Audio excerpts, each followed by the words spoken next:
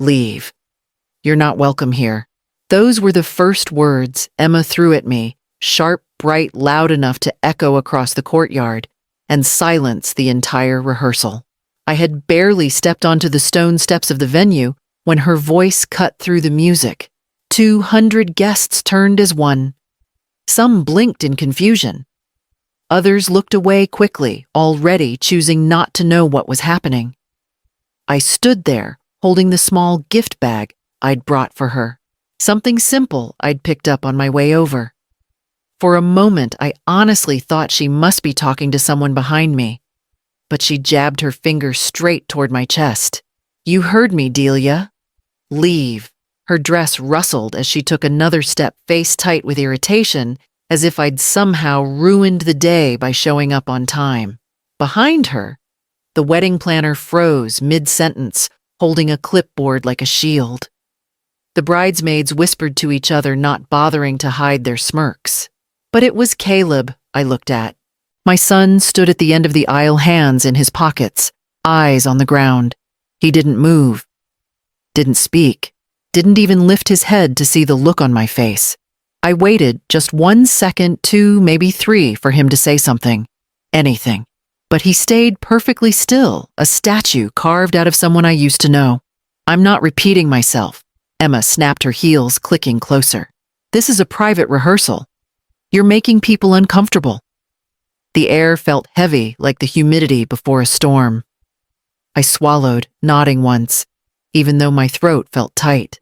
I didn't trust my voice enough to answer her. I didn't trust myself not to break in front of them, so I turned, slowly, calmly, and walked back down the steps past the rows of people, pretending they weren't staring. The gift bag swung lightly against my leg, ridiculous and out of place. By the time I reached the parking lot, my hands were trembling. Not from anger, from the kind of hurt that sinks in deep, the kind that settles into your bones before you even understand what's happening. I unlocked my car, slid into the driver's seat, and closed the door softly, letting the silence wrap around me. I didn't know it yet, but that moment, the stillness inside my car, was the beginning of something I could no longer ignore. The air inside the car didn't move. I sat with both hands resting on the steering wheel, staring straight ahead, but seeing nothing. My purse lay open on the passenger seat, the corner of my checkbook peeking out like a reminder I hadn't asked for. $41,000. That's what I'd committed. The check hadn't cleared yet. I hadn't mailed it. It was still right there in my purse, signed, sealed, ready to vanish into someone else's dream.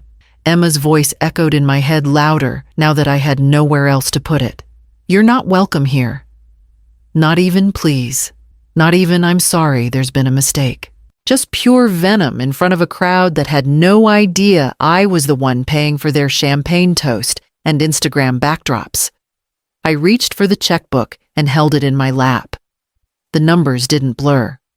I'd written them carefully: $12,000 for the venue, $18,500 for the caterer, $7,200 for the band, the rest scattered across hair trials, favors, tips. All of it added up to one thing: silence. My silence, my compliance. That's what they'd been buying. And still, I was the problem. No one called. Not Caleb. Not the planner. Not even Linda, my sister-in-law, who'd known about the payments from the beginning. Not one person asked if I was okay, if I'd gotten home safe. Just a few texts. Don't make a scene. It's Emma's big day. Please don't escalate. Escalate, as if I'd been the one shouting in public.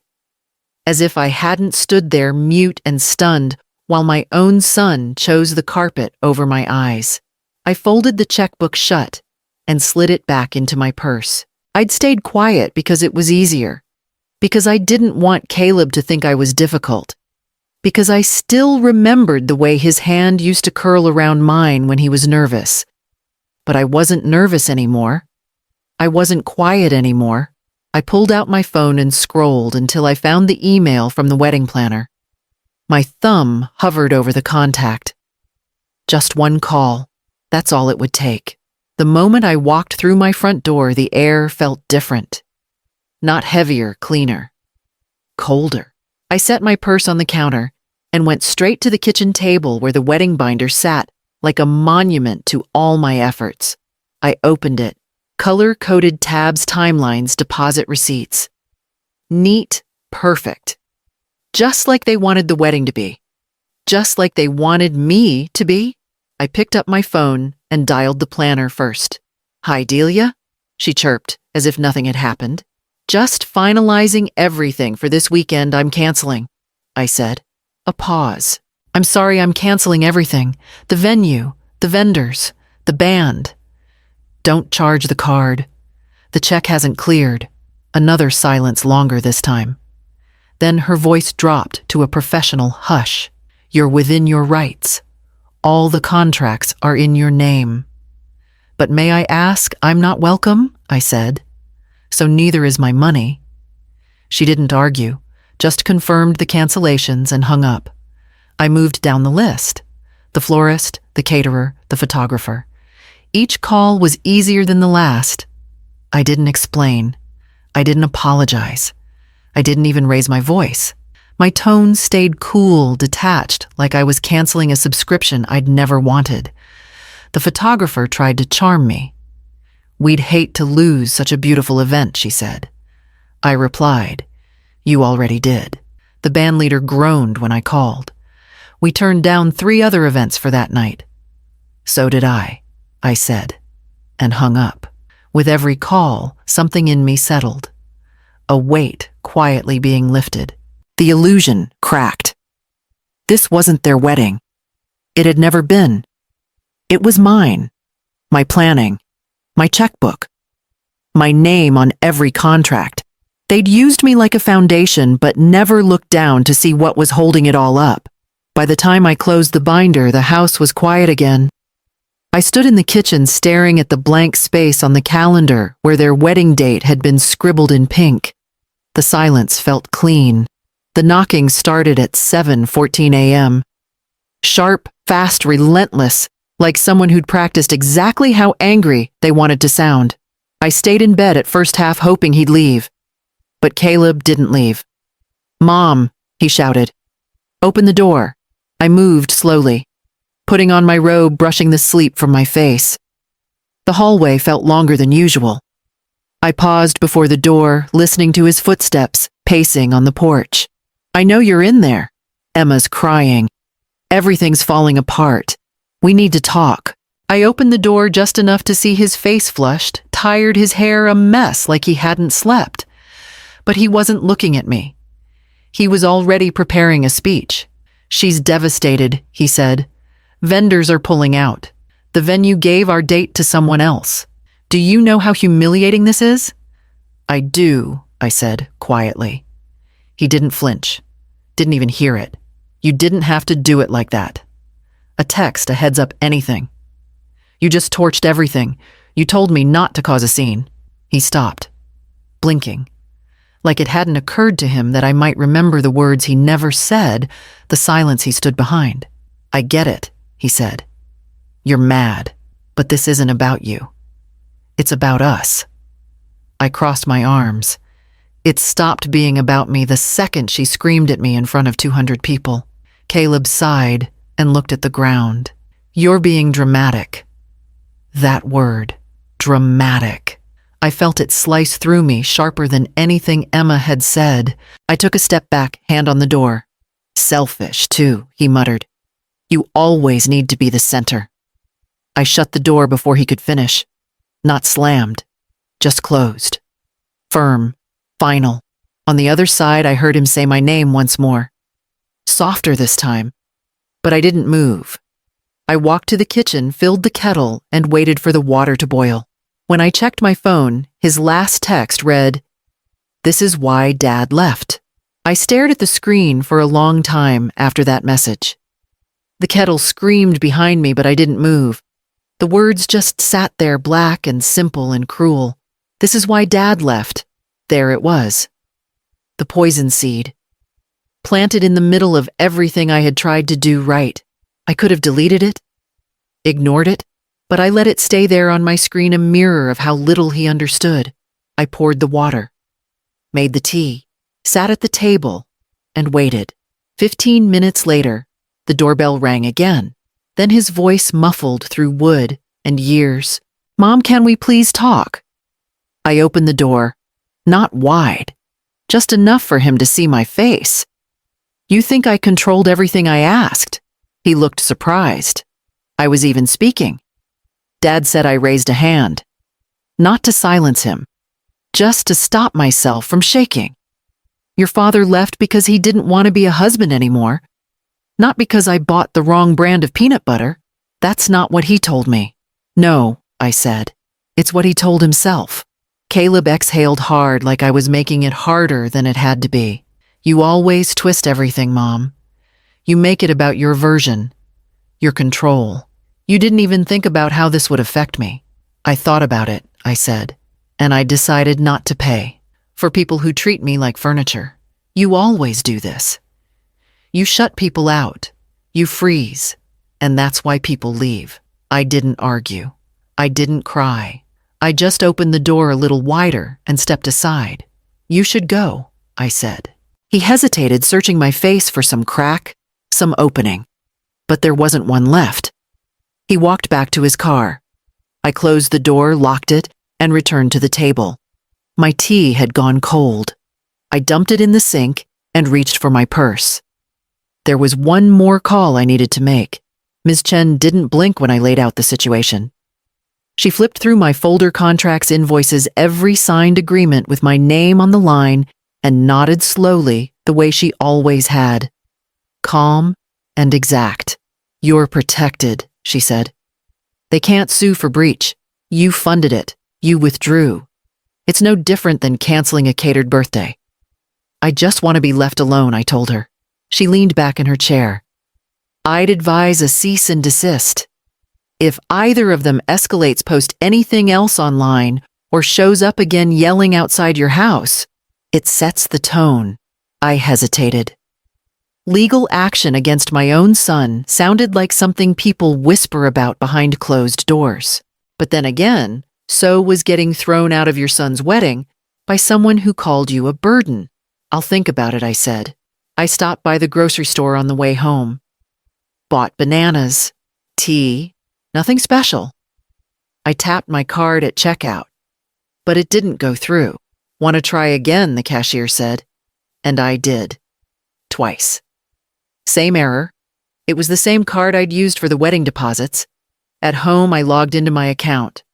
3 charges stood out immediately: $2,800 for airline tickets to Aruba, $1,450 at a luggage boutique in New York, $760 at a luxury spa in Scottsdale. All placed within the last 36 hours. All under Caleb's name. I stared at the screen, heat crawling up the back of my neck. No one had asked. No one had even tried to hide it. They'd used the card like it belonged to them. Like I was still funding a party I'd already walked away from. I clicked Report Fraud. Canceled the card. Set up new alerts. Then I picked up the phone and called Ms. Chen back. "You were right," I told her. "Let's file the paperwork." It started with a video. Emma, puffy-eyed and wrapped in a cream shawl, sat on a beige couch and whispered through fake tears about how her future mother-in-law ruined everything. She called me vindictive, said I had emotional issues, claimed I pulled out the money just to punish her for taking Caleb away. Caleb reposted it with a caption, "We tried. Please be kind." The comments flooded in within minutes. "Mothers like this are toxic. Typical jealous mill. Cut her off for good queen." I didn't reply. I didn't comment. I didn't watch it again. I just sat at my kitchen table with a cup of tea and waited. The internet always moves fast. But the truth moves differently. It drips. First, it was the photographer. She quietly replied to someone accusing her of abandoning the bride.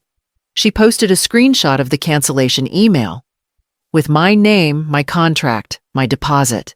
Then the florist followed. Delia was our client, not the couple. She attached an invoice. One by one, the vendors began speaking. Not out of loyalty, but because Emma's followers had started attacking them. The bakery posted their own statement. We were hired and paid by Ms. Delia Maris. We canceled at her request. The tide shifted slowly. The tone of the comments changed. Wait, why was the mom paying for everything she got thrown out after funding the whole thing? Y'all owe that woman an apology. I scrolled through it all with a strange calm. I wasn't angry. I wasn't even satisfied. It just felt like balance returning after a long dizzy spell. Then someone posted a picture. It was from the rehearsal. A wide shot taken before the yelling started.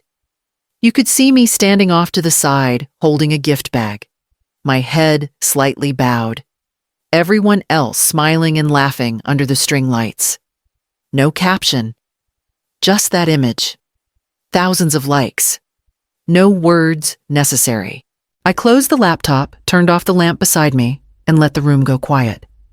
In the dark, my phone buzzed once more. New email from Caleb. Let's put this behind us. The email was short. No greeting, no apology. Just a line that read, let's put this behind us. Emma and I are willing to let you attend if you can promise not to cause more drama. Let me after being called unwelcome. After funding a wedding I was never truly invited to. After they stole from my account and dragged my name through the mud. And now they were willing to let me attend as long as I sat down, stayed quiet, and smiled in the pictures. I didn't reply. I didn't delete the email either. I just closed the laptop and walked upstairs to pack. By noon, I was halfway to the coast. A last-minute reservation ocean view spa access included. I didn't ask for the best room, but they gave it to me anyway. I'd earned it, though no one had said so out loud. The bed was soft. The robe was heavy. I ordered champagne before sunset and drank it barefoot on the balcony while waves hissed against the shore like distant applause. My phone buzzed twice. Then 3 more times. I turned it face down on the side table and let the sound fade into the open air. Down the coast, I imagined Emma screaming into her phone, trying to rebook a venue with 2 days' notice. Caleb arguing with a vendor about non-refundable deposits he didn't pay. Their faces twisted, their world unraveling, still convinced that somehow I was the one who needed forgiveness. But I wasn't angry. I wasn't bitter. I was just free. The next morning, I booked a massage, picked a lavender scrub, said yes to the upgrade. While they scrambled to salvage a dream built on someone else's generosity, I floated through warm water and steam, weightless for the first time in years. That afternoon, a small envelope arrived at my hotel door. No return address. Inside, folded once, was a printed screenshot of Emma's group chat, followed by a short note written in stiff, unfamiliar handwriting. You should know what she really said about you. It spread faster than I expected. First, a wedding planner forum picked up the story. Someone had stitched together vendor posts and screenshots, laying out the timeline like a case file. The headline was brutal. Bride publicly ejects. Woman who funded entire wedding. Then came the comments. She kicked out the person footing the bill. I hope that MEL sends them an invoice. Actions have consequences, even with a good filter and crying voice. The sympathy shifted hard. Emma's video was clipped and reshared with side-by-side images, her tearful accusations next to contracts in my name. Someone slowed down the clip and captioned it, Manipulation 101. People who'd once called her brave now called her spoiled. Influencer moms distanced themselves. Caleb's colleagues stopped liking his posts. Even distant relatives, the ones who only ever sent Christmas cards, went quiet. Then came the message. I didn't expect from Jordan, Caleb's old college roommate.